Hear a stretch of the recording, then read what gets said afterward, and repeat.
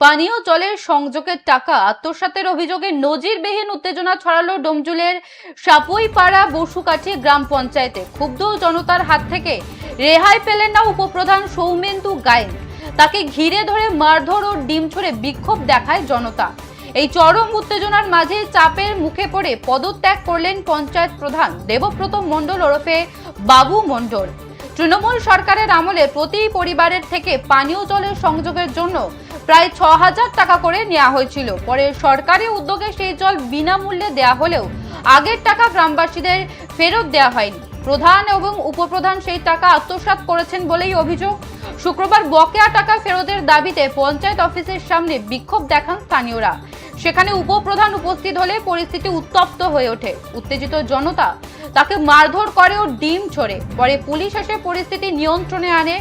ঘটনার পরেই পদত্যাগ করেন প্রধান দেবব্রত মণ্ডল। তবে টাকা আত্মসাতের অভিযোগ উড়িয়ে তার দাবি শারীরিক অসুস্থতার কারণে এই ইস্তফা। তাছাড়া যে সময় টাকা নেওয়া হয়েছিল তখন তিনি প্রধান ছিলেন না।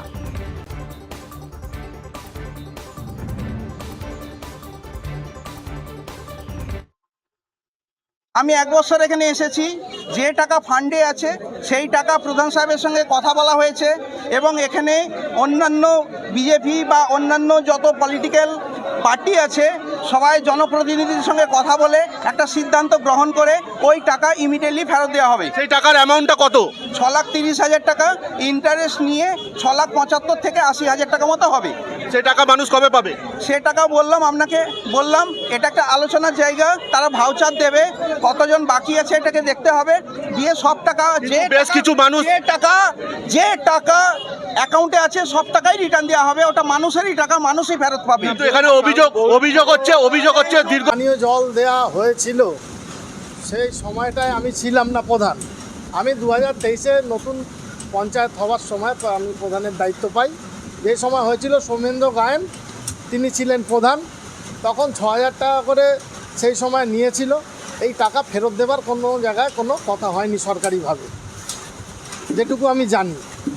কিন্তু আজকে স্থানীয় মানুষ বা এলাকার মানুষজন তারা বলছে এই টাকাটা আপনি এবং আপনার উপপ্রধান আত্মসাৎ করে রেখেছেন।